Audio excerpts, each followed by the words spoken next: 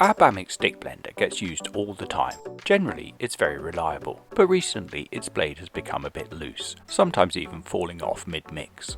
But before we shell out over £10 for a replacement, let's see if we can't fix it ourselves.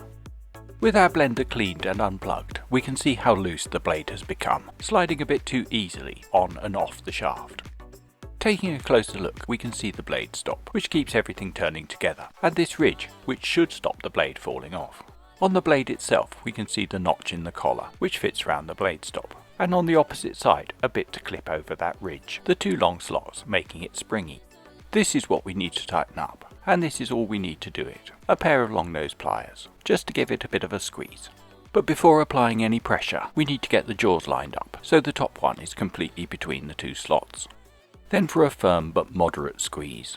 We're looking for a relatively minor adjustment, just to tighten it up, not to bend it out of shape, or worse still, snap it off.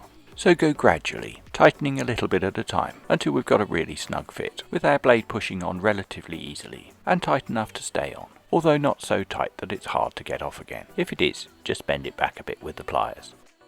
And that's all there is to it. In less than 5 minutes we've got our blender fully operational again, and it's cost us nothing.